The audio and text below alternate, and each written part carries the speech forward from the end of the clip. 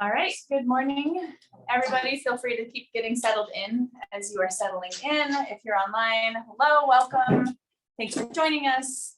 If you don't know who I am, you probably know who I am, but I'm Jen. I'm going to be running the discussion in Mark's absence.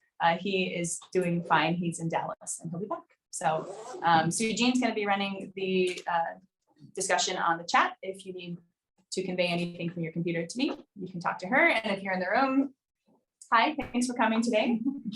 And I'm looking forward to getting just to go through this with you all. So we have more people arriving. Welcome, Beryl. Hi. Let's go ahead and start with prayer. God, thank you for giving us these times and places to be curious about who you are and what you are speaking to us today. Amen. All right, so before we start, any questions sparked by the video, anything that you really want to make sure we talk about today? Anything really sticking with you? I'm sorry. No worries. Oh yeah, we've got plugged in. So Well, I have a quick question to clarify something. When it's talking about Mary being with Joseph, who is of the house of David, Mhm. It's finally come over me lately that the house of David was like 1,000 years before. Is that right? that would be when that began, and then all the generations down from there Yeah. continuing that. So house. that just strikes me as kind of odd. I mean, it's not bad, or I don't have judgment about it, but it's like if my child married someone today who was related to a famous person 1,000 years ago, and I wouldn't think anything, I wouldn't be, that wouldn't strike me as, oh, wow. Yeah. But I just wondered if anybody else has that strange sense of how the time of all this goes. It doesn't make any difference, but I just Right. noticed it. That it's a lack of continuity with how you would see that today. I mean, it's a Yeah. different culture into which different households, different lineages have these different meanings. And for us, it's not really that important, right? Because No, we it have doesn't. people coming from so many different backgrounds as well. So it's, you really see the cultural differences within that But note. you have to work really hard to keep up the importance of the house of David for 1,000 years. Yeah. It's like, anyway, it is 1,000 years. That's really what I wanted to make sure of. Right. but I wasn't sure. And that tie back, that there is a lot of locating, like we talked about last time with Zechariah and Elizabeth, right? Locating them within sort of the Sarah and Abraham story, right? And we're kind of hearkening back to those Hebrew scriptures. And we're going to see that in this as well, in this enunciation passage of kind of using the language of the Hebrew scriptures as well. So there's a lot of calling back that the author of Luke is doing. But isn't Jewish culture matrilineal? Is it what? Matrilineal. No, Yeah, it depends on culture and religion. Like, I don't think so. I always, from all the Jewish people I've ever known my whole life, have said that it comes from the line comes from the mother's line. yes, Today, today yeah. it does. Yeah, I If your don't, mother's yeah. Jewish or Jewish, Right. if she isn't, your father is. Yeah. You maybe have to go through some process. Yeah, that's what I Yeah. always heard. yeah. But I don't know if it was 1,000, 2,000 years. And when that ago. change would have happened, because we're really in like patriarchal, right? We even had like Zechariah is of the priest of Abijah. And so we have a lot of the like patriarchal lineages are important in this story. But at some point, I mean, that is true now that if your mom is Jewish, then you're Jewish. So that's Betty interesting. notes that the matrilineal Mhm. sort of tracing didn't begin until, or that was a Roman influence. Roman influence. Okay, thank you, Betty. So Betty has given us some information that we didn't have. So at some point, But that was in the Roman time. Okay. we'll research more of that. Les, I saw your hand up. Well, it was patriarchal, but where you came from, if you could identify them, that gave you an identity and placed you. Mhm. You weren't just, Sally off the street. Yeah. And so those of you online, Les is saying your identity was your location. Your location tied to your identity was more than matrilineal. Patrilineal is where you were from. So thinking about that location-based identity. Jerry?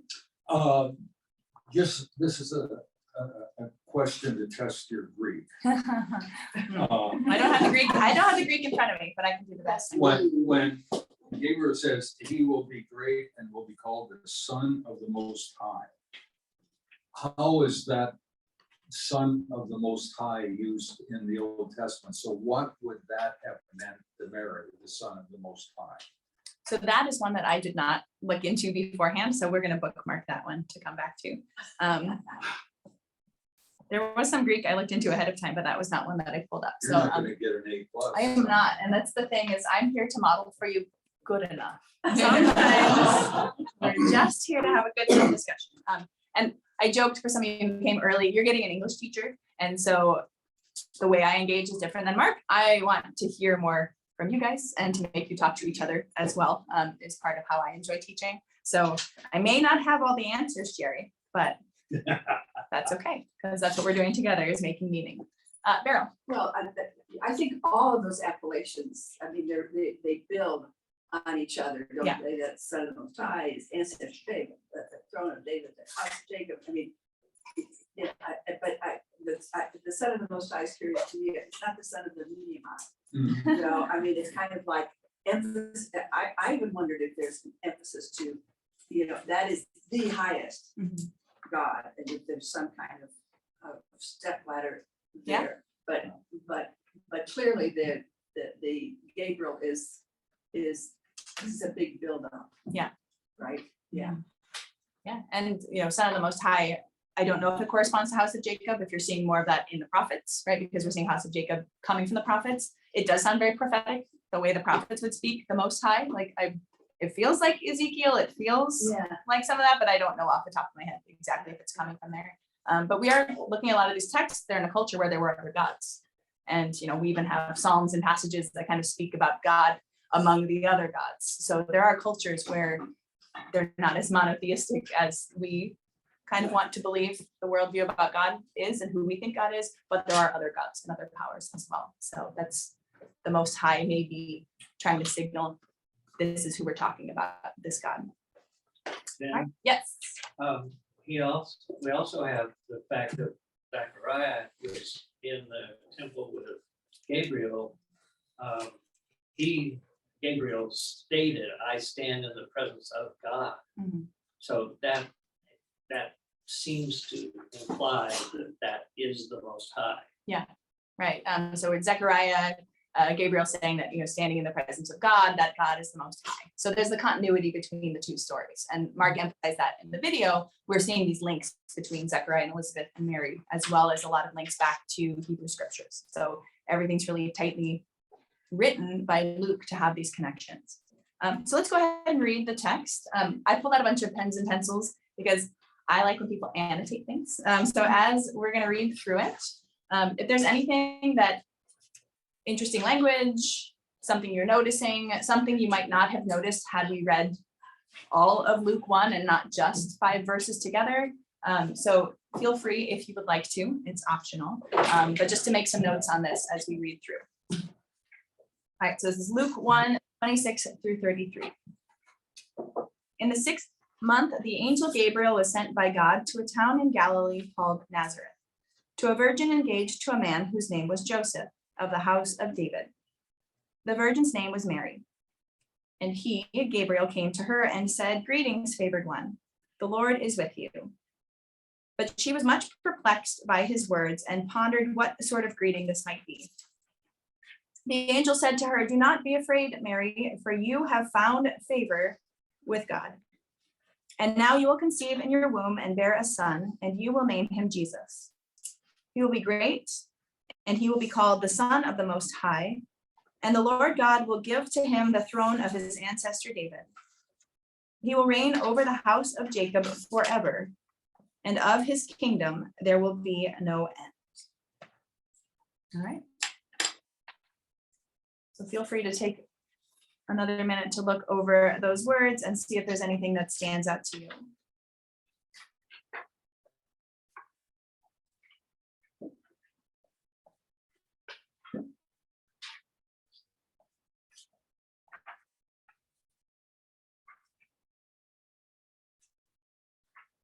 All right, anything jumping out to anybody? Carly? You have found favor with God. That sentence structure seems to me like it's old English. Yeah, there's an Rather than- archaicness to that. God has chosen you, but you have found favor. It seems like the verb belongs to Mary, not God. Yeah, that's, so Carleen pointing out the phrase, you have found favor with God, almost the verb applies to Mary and not to God, that Mary has found favor is interesting. And if we go back to the Greek, we could look at what's being done there and how the interpretation is smoothed out. What's funny is the thing, I also circled the word found was what stood out to me this reading that had not stood out to me before. So I may have said it in an interesting way. Did she seek favor? If she's found favor with God, was there an action on her part? Right? We talk about God going first, God giving the blessing first, which is very Presbyterian, and that's how we think about it. But so what does it mean that she found favor? And so I think that's a curious place to kind of think. Vera? I think whoever translated the word Parthenon into virgin caused more trouble down through the ages than one can possibly even begin to list here. But I'm not sure that I understand what is perplexing about greetings, favored one, the Lord is with you. It might be perplexing to see the angel Gabriel in front of you. One might, a little like Zechariah, but I'm not sure what's unusual about the greeting. Yeah. I just don't get that. So a few points Beryl brought up is the problematization of virgin, Mary being a virgin, what that means, what that has meant for how women have been treated by the church for a long time, and what purity, virginity, all those things mean. So there's a whole can of worms in there, which we could talk about probably the whole time if we wanted to. And then also, why is she perplexed? Is the phrasing perplexing? It's not an atypical greeting. It doesn't seem to be from what Mark's video was saying and looking at the Greek. Greetings, favored one, the Lord is with you. Is that perplexing? Is it perplexing because of who Mary is? And that's one thing I think it may be perplexing. She may be wondering why, who, Yeah, why why me, me? who Why me, me? I am not a person. She's not known to us before. There's no information about her. She's not of high status. She's not of high wealth.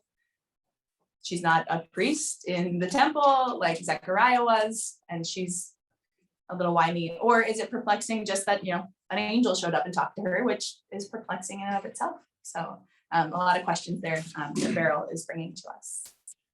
Anything else just from your reading?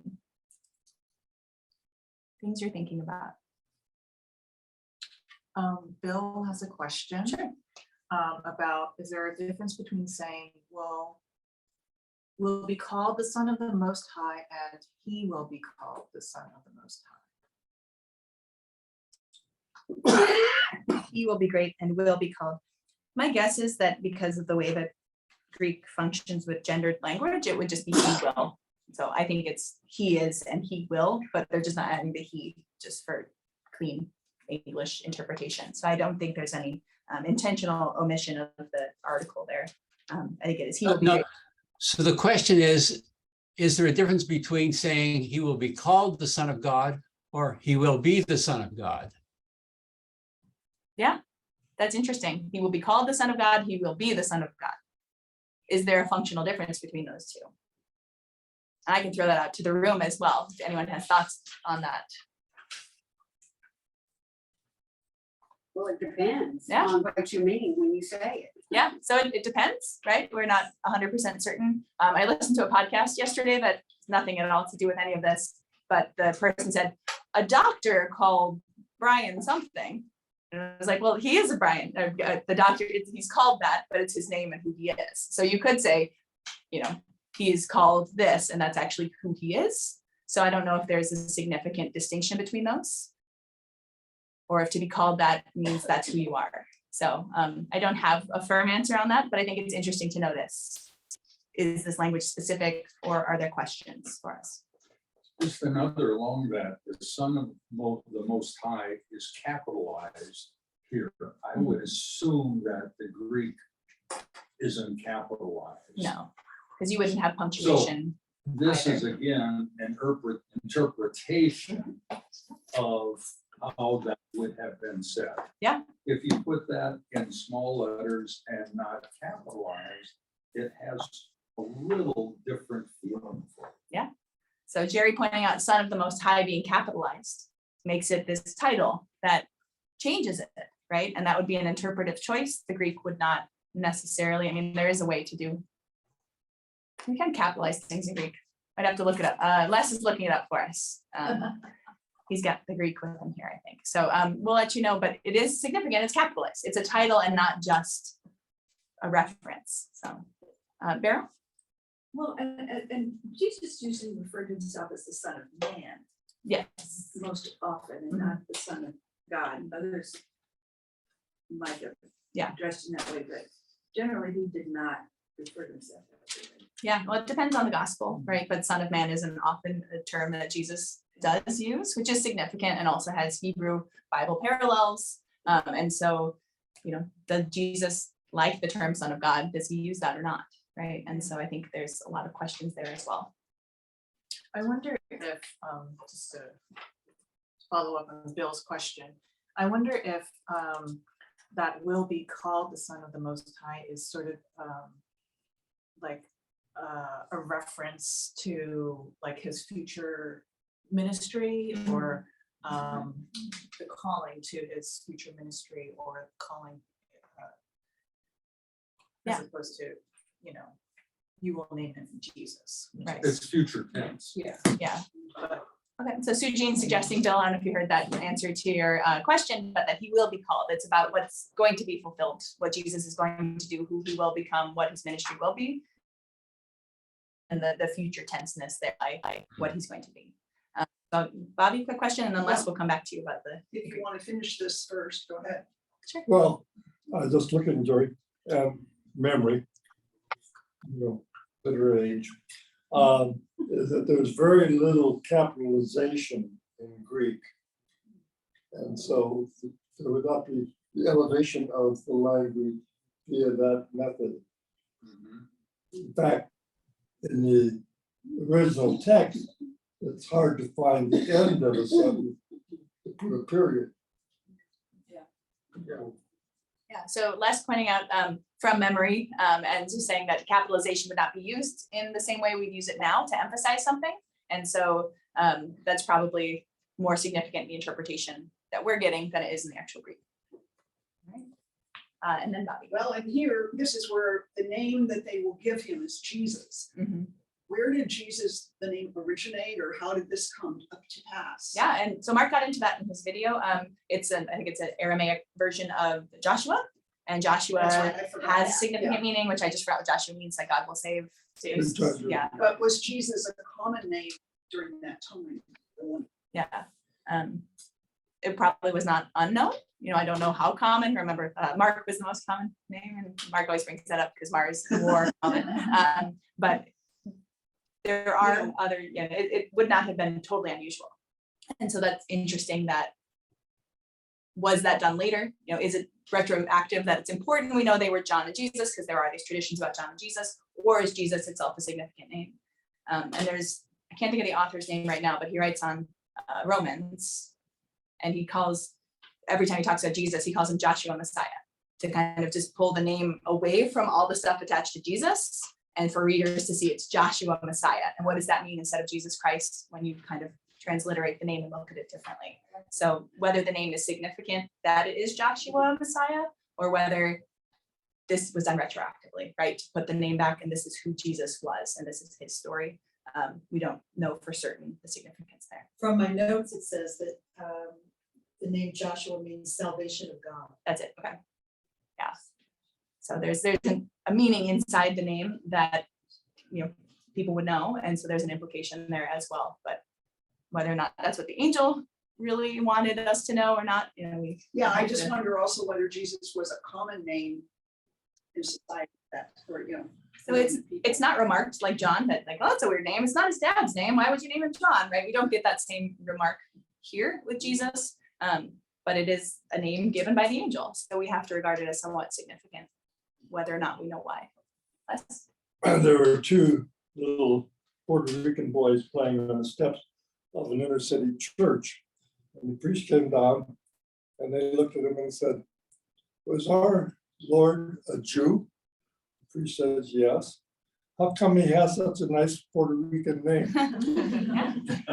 Oh, that's good. So let's point out Jesus is a nice Puerto Rican name as well. And so that's something to consider as well, is what does that name mean to different people in different places? So, Meryl? One other gripe with Luke, I guess, when he says, now you will conceive in your womb, like, well, where else? Yeah. Anyway, The word conceive can mean different things, because that was one I looked up in the Greek, and there are different things it can mean, but when you will conceive, it kind of slots into that, conception of an infant, of a child, right? And so you need to clarify conceive, then.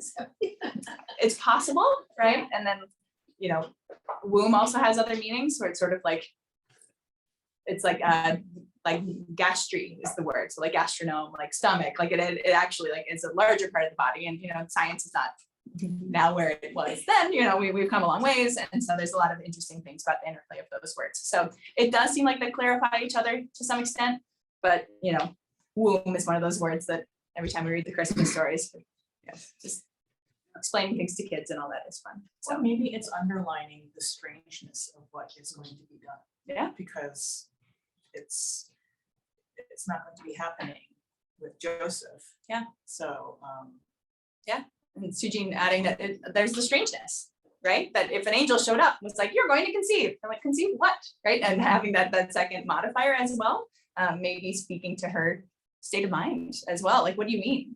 Giving as much detail as possible, because this is an odd situation. So let's look to the back side of the sheet about some things, some questions about the video.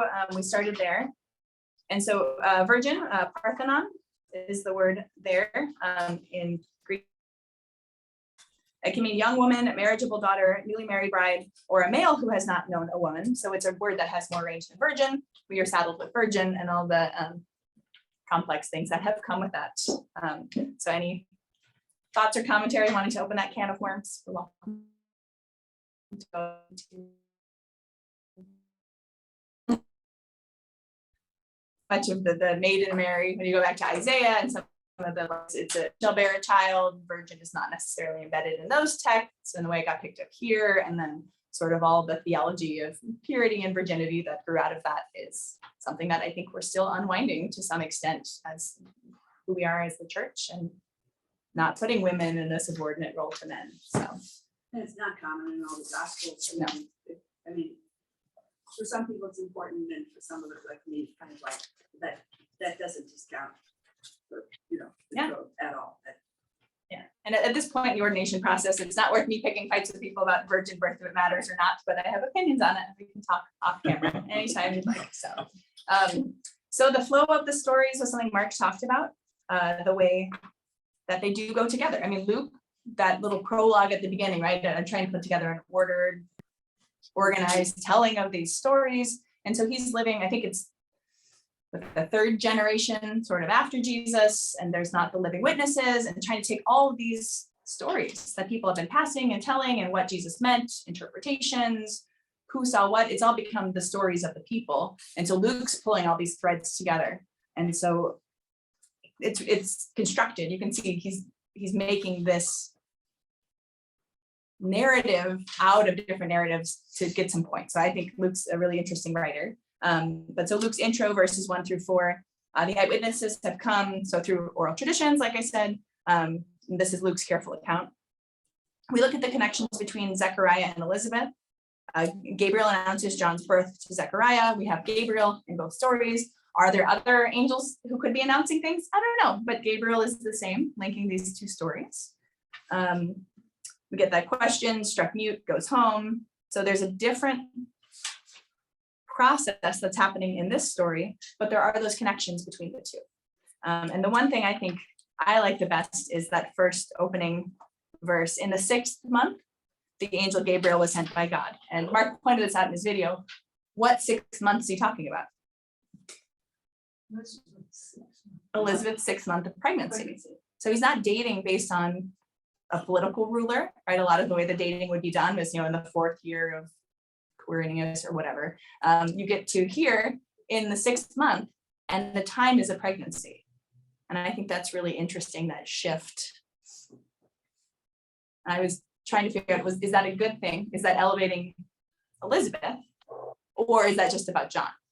And so I couldn't decide if I felt the women's empowerment in that 6th month, or if it was about John's pre-story. So I think it's interesting, but it is a shift. That's not how we generally mark time in our stories. The segue. Yeah, it's a segue. It's a natural. We were talking about this, and now in the 6th month, this happens. So it does link the 2 stories. And so at the very least, that's an important thing that happens. I think one of the things that hits me in that early part is what Mark talked about, what we aren't being told, that more has gone on. Mhm. I mean, because let's face it, she's got to be a little confused if she's a virgin and she's 6 months pregnant. Who knows what's going on? So she doesn't need an angel to come and say, you're going to conceive or whatever. I mean, that's just sort of odd, that the reaction. So there's a whole lot of the story we don't get. Yeah, And maybe the point is what he does tell us is supposed to be extra important. Right. Because they've cut a lot of ways that should have been. yeah. So Luke, I mean, it's a bare bones story. We get what Luke tells us. We get only those details and nothing else, right? We don't know anything about Mary before this. We don't know anything about Zechariah and Elizabeth before we meet them. We were just meeting these characters. We get their biographical information, what their role is in, the lives of John and Jesus, and then they kind of fall away. But it is the 6th month of Elizabeth's pregnancy. Yeah, so it's the 6th month of Elizabeth's pregnancy, and then Mary will get pregnant. So God's not saying you have conceived, but you will. And so we don't get to see her response. We didn't get to that yet. So stretched out. Yeah, so it's, so carryover from the last story. All right, and we'll finish this one. There's another interesting thing about the way that what the angel says to Mary, very similar, greetings favored one, the Lord is with you, is very similar to Gideon's call story, I think, in Judges 6. It's almost the same language. So you get that callback, like you get the language that goes back to Abraham and Sarah with Elizabeth's story. Here you're getting kind of a callback to possibly Judges. And in that one, he pushes back. He's like, why me? What's this? Like, I think it's interesting that Mary takes that beat. She was perplexed and pondered what this meant. I don't know if that's meant to differentiate the stories, because Gideon's response is absolutely not, because if I was a mighty warrior, then we wouldn't be suffering and you would have done something. You can't possibly do this. And he just pushes and pushes and pushes, which is not what Mary does immediately. She asks questions, and we get to that in the next passage. But first she ponders. And so Jerome asked before we started, how do we know what's going on inside of Mary? How do we know that she's pondering? And I said the thing I used to love when I taught English. I tell students, willing suspension of disbelief is sometimes needed for stories. But also she didn't respond. Right away, the angel comes and there is not that instant response. So what is she doing in that time? And so maybe she's pondering. Yeah. What would be your response to whatever an angel looks like showing up in front of you? Instant response or pause. And so I think her pause differentiates the story from the one before. What else did we get into? So there's names and places. Could I? Yeah. Could we discuss a little bit why the Zechariah and Elizabeth story is set in Jerusalem, and not just in Jerusalem, but in the temple. Center, right, yeah. And so kind of the heart of power, if you will, of religion.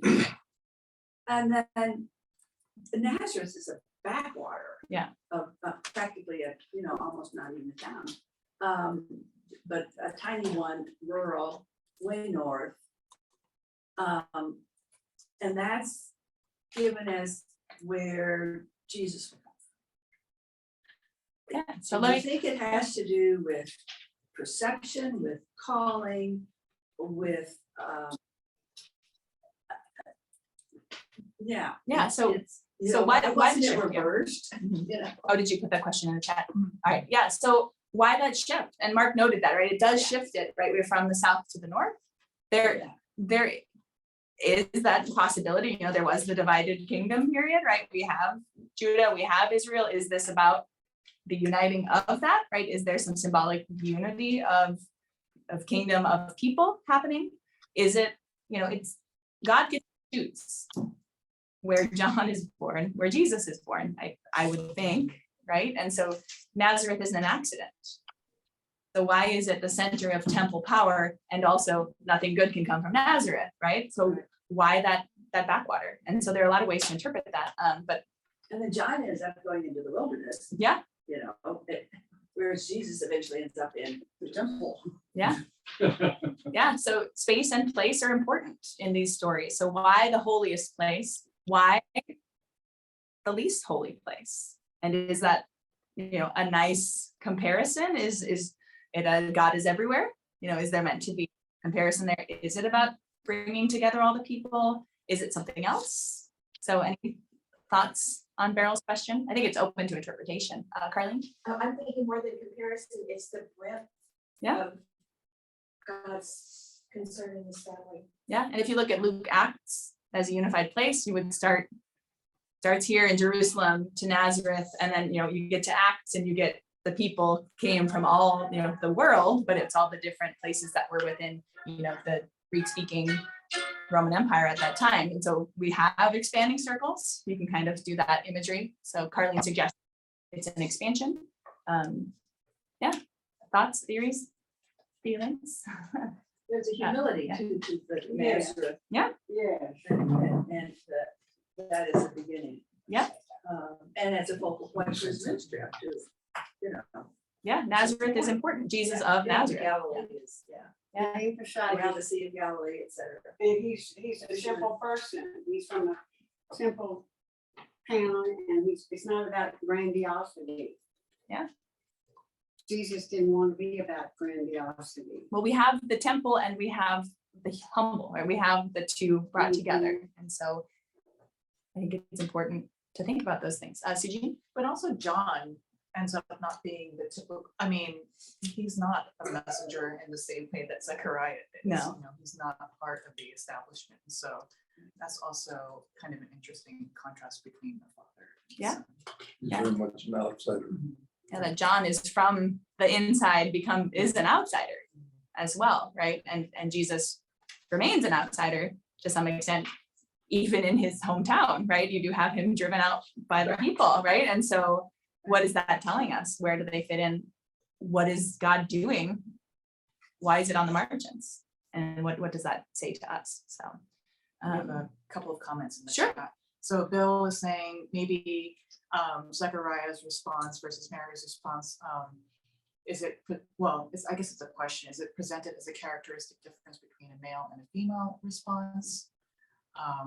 And then Betty has a comment about how priestly lines weren't landed, so that part makes sense.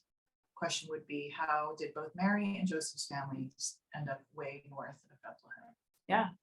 So questions I don't have the answers to, but how did they end up way north of Bethlehem? Why is the family here? Why are these places? I think more so in Matthew, you're always doing sort of fulfillment, well, because it ties back to Isaiah and it ties to this. Luke isn't as concerned with fulfillment, but you do see those references in some ways. So yeah, Les? Well, Mary and Joseph went back to Joseph's hometown according to the census required by Yeah. the Romans. Yes. So that's why they're there. Right. Yeah. So there's different reasons for people moving and where they're located. The book I have on my lap that I'm using to write on is my Jewish annotated New Testament, which I always use when I'm reading New Testament to see what Jewish scholars say about it, because it was written inside of a Jewish worldview. And Amy Jill Levine wrote the intro to Luke. I was just reading, and she talks about how what's happening is within like these Jewish families and what's connected. You have John coming out of the temple, really connected in this faith and worship, and this family, Zechariah and Elizabeth, who are so connected to that practice. And then you have the house of David, right? The other kind of way to describe what is central to the Hebrew people, right? And the house of David is where Jesus comes out of. And so is it just trying to express continuity with those traditions, so that they're not just these guys coming out of nowhere, even though Nazareth is nowhere, it's the house of David nowhere. And so you really have these very connected Jewish backgrounds that are happening and that they're being raised within. And so, Luke is interesting. There's a lot of tension about, there are problematic things he says about Jewish people and what the Jewish people did. And so you have to be careful when you read Luke, not to let it dip into anti-Semitism. Often you get there, but it starts out very much validating these are Jewish stories located within practicing Jewish families in these different regions. Any questions about interpretation? That was something else Mark talked about a little bit, sort of the inverse relationship between the King James Version was using newer texts to be interpreted, then the NRSV is using older texts. So is there any questions about that? I just thought it was an interesting point, and he wasn't sure if he conveyed it clearly in the video, he said, but I thought it was pretty clear. Yeah. Thoughts, feelings, comments? Nice to have had, to have had those older texts discovered. Yeah. And able to do those revisions. Yeah, and to think about, that example he gave us, blessed are you among women, is something that means a lot to people, but it's not in those older texts. And so you see the fingerprints of people and theology within the texts. And I think that's there and something we have to wrestle with, but also I think it's a place we can lean into with curiosity. Knowing that Luke is an author with an agenda doesn't mean it's bad. He's writing for a certain purpose. Where are we seeing his fingerprints? What is he pushing us towards? And what have other scribes and other authors, what are they wanting us to see? So just being aware that the story is telling us a certain way. And how is Luke telling us? Not just what he's telling us, but how he's telling us is really significant. And noticing that craftsmanship in there is important. So, yeah. Questions? Maybe Mary was pondering because she heard Zechariah was struck mute because he raised. Yeah. Would that news, how would that news have traveled to her? Like, that's one thing I'm always interested in. I know. is- How do they communicate? Right, yeah. There's a website where you can track like Paul's journeys. You can around the ancient Middle East and how he would have gotten places and say if he goes by ship or by donkey, how long it takes. But it mostly underlines the fact that they weren't connected the way we're connected. How does information get to people? What do they know? Mary finds out from the angel that her cousin Elizabeth is expecting. So it's interesting. Another point too about the tie between the stories that I think can be made too much of sometimes is that Elizabeth is past childbearing age and she is going to have a child. And what a miracle. And then Mary, who's a virgin, is having a child. Is that a bigger miracle? Is it meant to be, this was impossible, but this was more impossible? And so a lot has been made of that, right? Subordinating John to Jesus. We're like, yeah, John's a miracle, but Jesus is a real miracle. So I don't know if I care that much about that difference between them. There was an article about how Mary may have experienced more shame than Elizabeth did, that God is elevating more the one who would have had to face shame, right? If Mary is unmarried and pregnant, not only is that loss of social capital, but potential for death. It's not a good place to be. And so what Elizabeth is facing is fraught, and we still don't know. Did anyone decide they know why she went away for 5 months? Do we have a solid answer on that yet? Anyone? That was the first thing my mom asked me when she came home from church on Sunday, because I stayed home sick. And she goes, okay, so why did Elizabeth go into her hiding? And I don't know. So you have some shame on Elizabeth's part and a lot more potential on Mary's. So what is that saying? Is that significant, or is that making too much of honor shame, which I think is a trap we can fall into as well. So, yeah. Yes. Les. I think in all the call stories, there's an underlying unspoken question. Why me? Yeah. Oh, Moses, everybody, you get everybody who says. Every one of them is got, well, why me?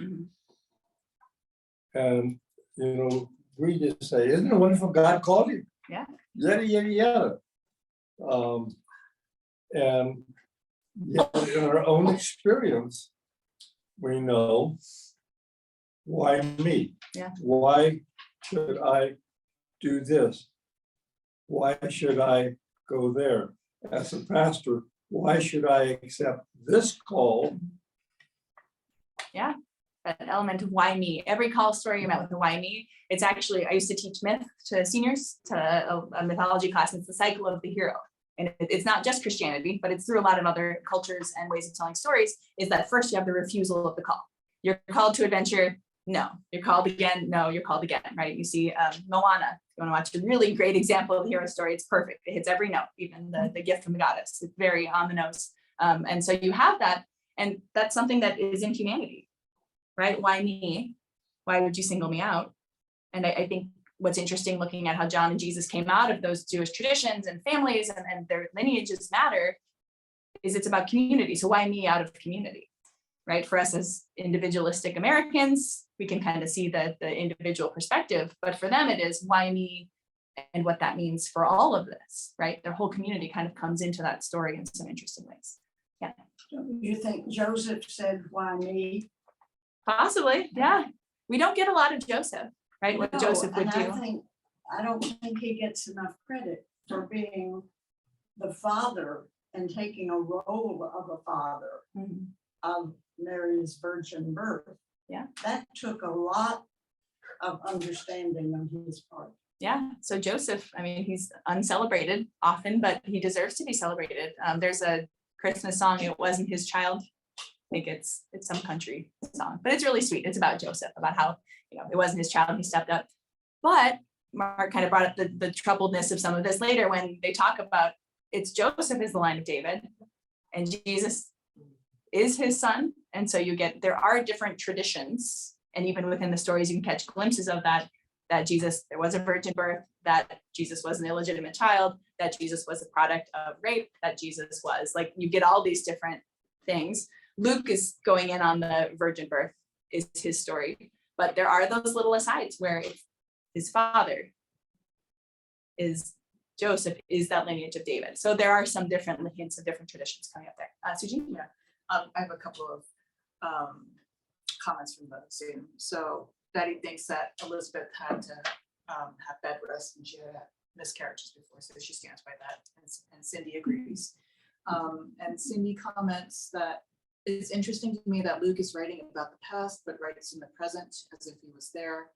I wonder how much verbal stories change over time so that when they get written, the story has changed and maybe exaggerated a bit. Yes. Yeah, you definitely have that, right? How do you tell the story when you pin it down and write it in words? What was it before? Where did it start? What did it pick up? Luke is crafting this story. And so the pieces he picks are the pieces he picks for a reason, right? And there are these deep, I think there's a lot of emotion in this. You can find Joseph must be going through a lot. Mary's going through a lot. Zechariah and Elizabeth, these are all people that we can deeply humanize them. And whether or not that was Luke's point, I think that's part of what makes them compelling stories, that he chose these people in these situations and that faces you with, what would I do? God shows up and tells you, Bobby, you're your favorite one. You're going to go do this thing for me, right? It's you imagine what that would be and what those burdens are that people are assuming, people say yes. I think Mary, we don't get it here, but she gets a chance to say yes. And I think that's important. I saw a really beautiful sculpture. I think it was actually in LA. I can't remember which church it was in, but it was of Joseph and Jesus together. Jesus as a child, and Joseph was showing him how to be a carpenter, and the name of the sculpture was called Adoption. Mm-hmm. And so that was really lovely. Yeah, if you didn't hear that, so Jean talked about a sculpture of Joseph and Jesus, Joseph teaching Jesus, and it was called Adoption. And so you have that story to imagine. Fan fiction, when people take like a world they like Harry Potter, and they write their spin-offs, like there's a lot of fan fiction over the years that can come out of these stories, or that we could write, what it must have been like for Joseph, what it must have been like for Mary, and the compelling nature of these characters who then later don't show up in our stories. It doesn't mean there weren't other stories about them or these rich traditions, but we just get this little peek that Luke gives us. All right, let's see, anything else from this? So we have Gabriel, these names and places was the connection to last episode. Like I said, I don't know if there are other named angels. Somewhere there's an angel Michael, but he's not in here, but Gabriel, why? Or is that just a connection? Galilee, again, not in Jerusalem or Judea, we're like way far north, or north of Samaria, it's a whole different region, we talked about that. Mary's in Nazareth. We get 27:32. Okay, David is the ancestor. We know Joseph, Mary's betrothed. Mary, the perplexed and pondering virgin. Those were interesting too, that the word for perplexed was the same for agitated, right? We get a different one for Zechariah, right? The same kind of verb tense is used. He reacts differently than Mary does because of the pondering. And so I think that pondering, again, is something to think about. Like I said, also in contrast to the judge's call story as well, that pondering is that special about who Mary is the pondering virgin. And so that's not something I had noticed in reading this story before, the kind of pondering. What does that mean? Jesus and Jacob. Jacob was another interesting one because I kept noticing in my Hebrew class, I asked my professor, a lot of Psalms will do this too. They don't say house of Jacob, but all of a sudden you'll have Abraham, Isaac, and Jacob, Abraham, Isaac, and Jacob, and then they'll just say Jacob. And they'll just start referring to Jacob. And I said, why are we dropping the Abraham and Isaac? Why do so many of these turn just to Jacob? She said, well, it's that narrowing of the scope where you have Abraham, there's Ishmael and Isaac, you go Isaac, so kind of shift the scope to Isaac, you have Jacob and Esau, Jacob. And so it's shifting that scope to who are the people we're talking about. And so my Hebrew professor was saying, when you get to Jacob, you're saying this is the specific Israel. These are the people. And so using that house of Jacob, I think is similar. Mark pointed out that it occurs prophets as well. And usually that's the way of talking about this specific people. And the house of Jacob was those people, the north and south, the temple and the backwater. You have all of those contrasts and different things contained within house of Jacob is a sort of way to refer to the people and to identify them as this set apart special people that we're talking about.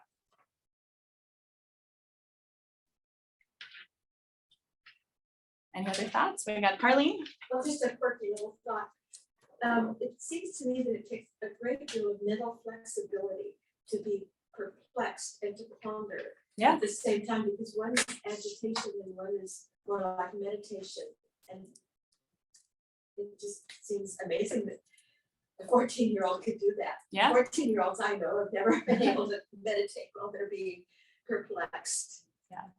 So perplexed and pondering, right? That step between, like when you are agitated, when something happens to you, are you able to shift to a contemplative mode? And what does that say about Mary, right? We know so little about her, so we're sort of mining this passage for things we know about her. Remarkable habits of mind, right? Spiritual practices. You know, there are traditions that Mary grew up in the temple, possibly. Like there's a lot of stuff which I'm not going to get into. But how much would she have been sort of disciplined in a religious way as well? And why is she favored? At age 14. Yeah, allegedly. Yeah. Yeah. Mary's often assigned to be 14. I don't know if I. Yeah. But not even worrying about her age, just that process that she's able to do that and to take this. Yeah. When God shows up, instead of being alarmed that God is calling me to something, how do you shift to that pondering? And so, like I said, that's something I'm going to carry out of this passage. Yeah, when I'm perplexed, it causes me to ponder. I mean, that's just a progression of what, at least in my mind, I use that word pondering often when I'm thinking about something to myself or writing. I'll say I'm pondering. I just really mean I'm thinking about it. Yeah.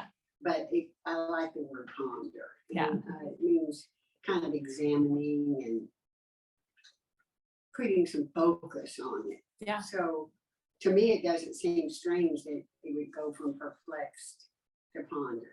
And I think it's interesting because perplexed can be such a stronger word, that the interpretive choice here is perplexed and not agitated, upset, scared. It's Right. perplexed because of pondering, that the way the words interpret each other. So we're sort of using those. So it makes more sense to be perplexed and ponder. But that softening of the word, was she really perplexed or was she alarmed? Right. Was able to shift to that. So there's a lot of ranges of emotion within. Jerome?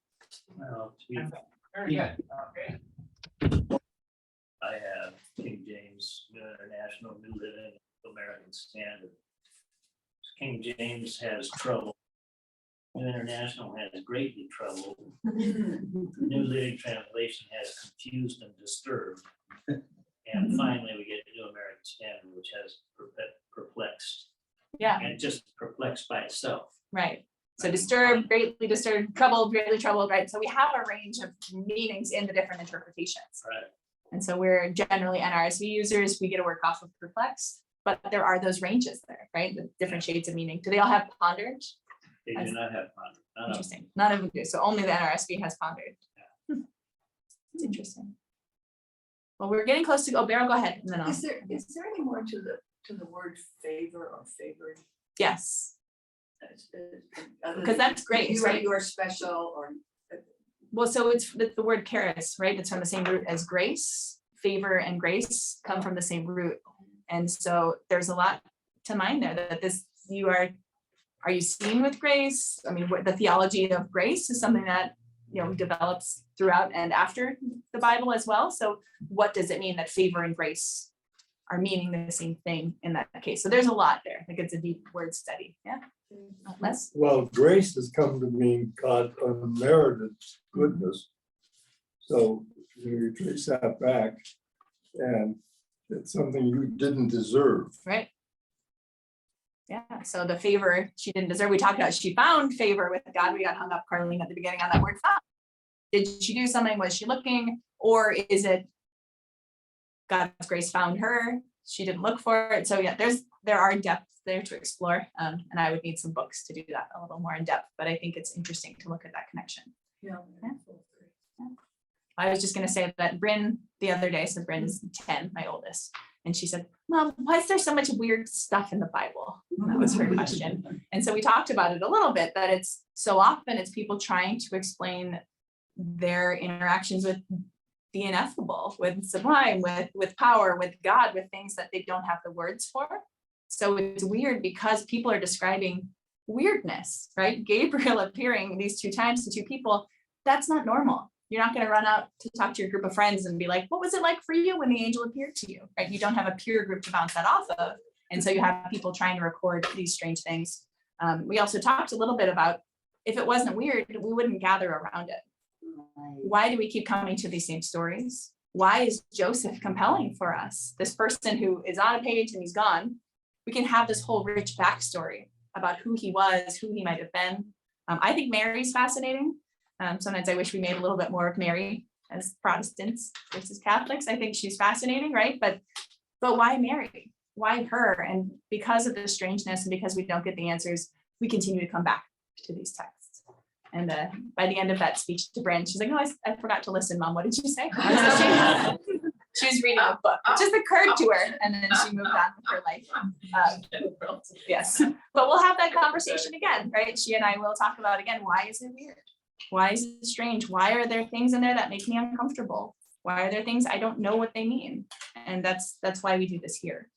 And that's why I want to hear from you about what you think of this, and not to hold myself up as an expert, because I am by no means an expert in the Gospel of Luke, but it's a blessing to talk about it with others. So any last questions before we wrap up here, Wes? Well, last week, we ended the conversation on angels. Mhm. And Jerry made a comment about how many of you have been confronted by an angel. Yes.